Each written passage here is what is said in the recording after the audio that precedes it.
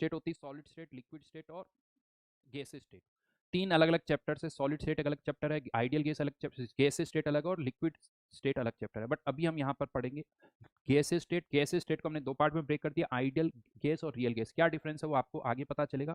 तो अभी तो केवल आप बोलिए कोई गैस है। अब एक गैस से रिलेटेड एक बहुत इंपॉर्टेंट इक्वेशन हम यूज करते हैं, PV equals to NRT equation. But ये इक्वेशन कहाँ से आई वो मैं आपको यहाँ पर बताना चाहता हूँ। तो कुछ लॉज इनिशियली इन्वेंट किए गए, उनको जब हमने कंबाइन किया तो हमारे पास एक इक्वेशन निकल के आ गई जिसे हम कहते हैं पीवी इक्वल्स टू एनआरटी। कौन कौन से ये लॉज हैं उनकी बात हम यहाँ पर करते हैं। तो यहाँ पर फर्स्ट में जो लॉ है दैट इज बॉयल्स लॉ। क्या बताता है ये बॉयल्स लॉ? तो बॉयल्स साइंटिस्ट है, उसने क्या ऑब्जर्व किया कि किसी टेम्परेचर पर, किसी पर्टिकुलर टेम्परेचर पर देखा गया कि अगर अमाउंट ऑफ गैस फिक्स्ड कर दो, टेम्परेचर फिक्स कर दो, तो pressure is inversely proportional to volume. यानी वॉल्यूम बढ़ाने पर प्रेशर कम हो जाता है, वॉल्यूम कम होने पर प्रेशर बढ़ता है, यानी इनवर्सली एक दूसरे के साथ रिलेटेड है। तो P is inversely proportional to volume कब? जब मोल्स और टेम्परेचर फिक्स्ड है, कांस्टेंट है। This is known as Boyle's law.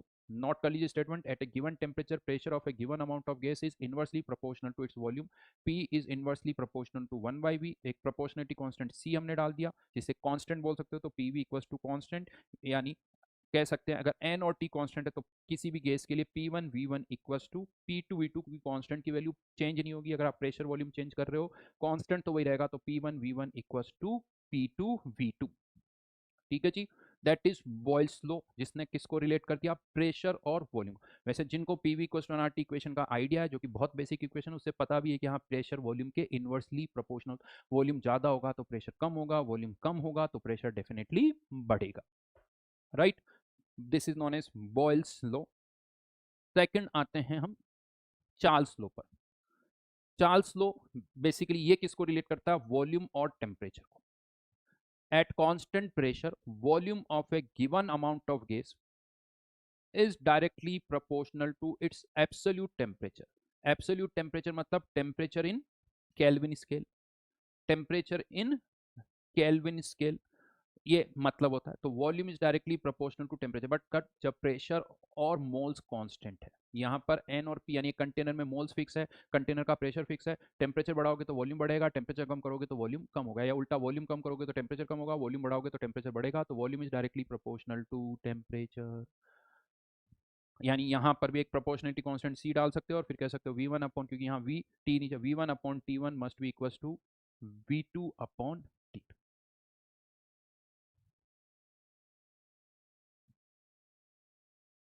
That is Charles law.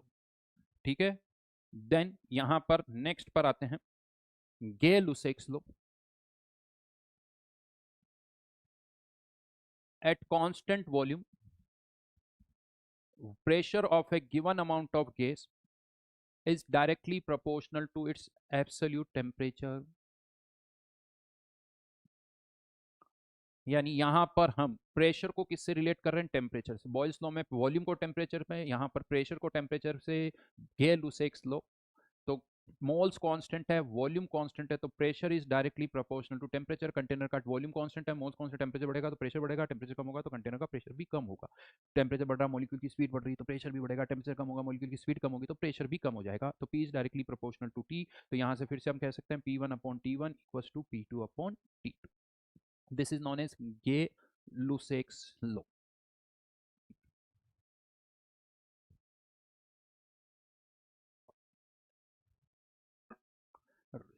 Rishabh, pressure temperature कुछ भी हो सकता है, एसटीपी से कोई मतलब, एसटीपी तो एक पर्टिकुलर प्रेशर और टेम्परेचर को बोलते हैं। कोई भी प्रेशर हो, टेम्परेचर बढ़ेगा तो प्रेशर भी बढ़ेगा।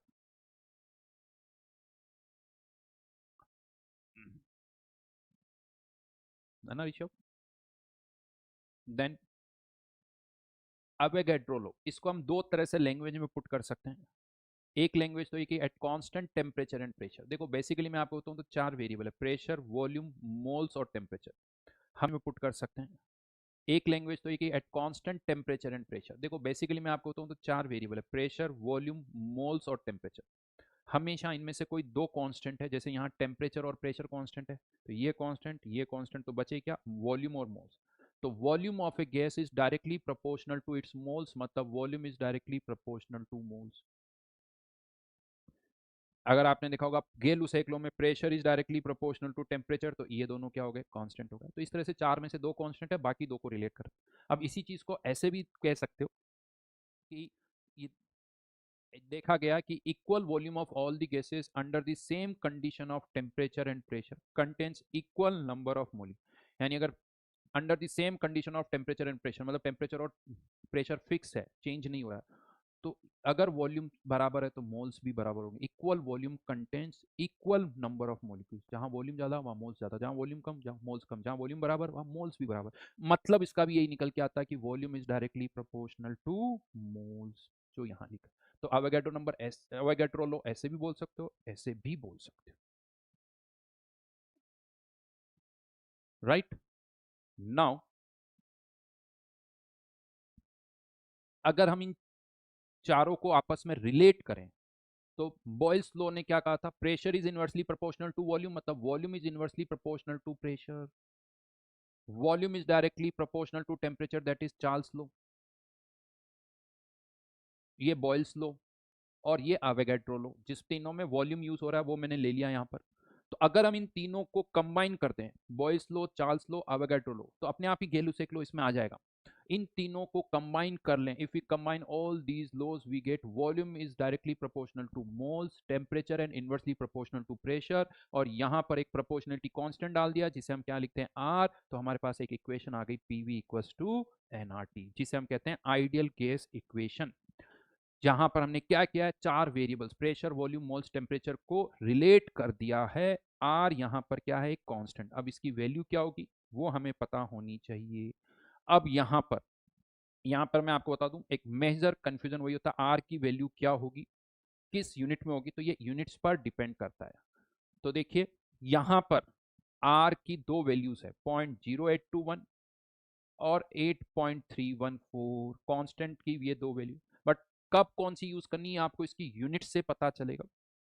तो देखिए टेम्परेचर तो हमेशा ही केल्विन में ही पुट करना है आपको, कहीं कुछ नहीं। एन क्या है, मोल्स, 2 मोल, 3 मोल, 4 मोल, तो ये मोल्स हो गए। टी केल्विन में पुट होगा, हाँ, लेकिन अब यूनिट्स किसकी यहाँ प्रेशर और वॉल्यूम किस यूनिट में लेना है वो आर पर डिपेंड करेगा। ये तीनों आपस में कनेक्ट है। अगर आप आर की वैल्यू 0.0821 ले रहे हो एटमॉस्फेयर लीटर, तो प्रेशर यहाँ एटमॉस्फेयर में होना चाहिए और वॉल्यूम लीटर में होना चाहिए। और अगर आर की वैल्यू 8.314 जूल पर मोल पर केल्विन, दिस इज जूल, ये एसआई यूनिट है, एसआई यूनिट, राइट। तो प्रेशर किस में होना चाहिए, पास्कल में, और वॉल्यूम किस में होना चाहिए, मीटर क्यूब में। ये आपको ध्यान रखना है। समझ में आई मेरी बात।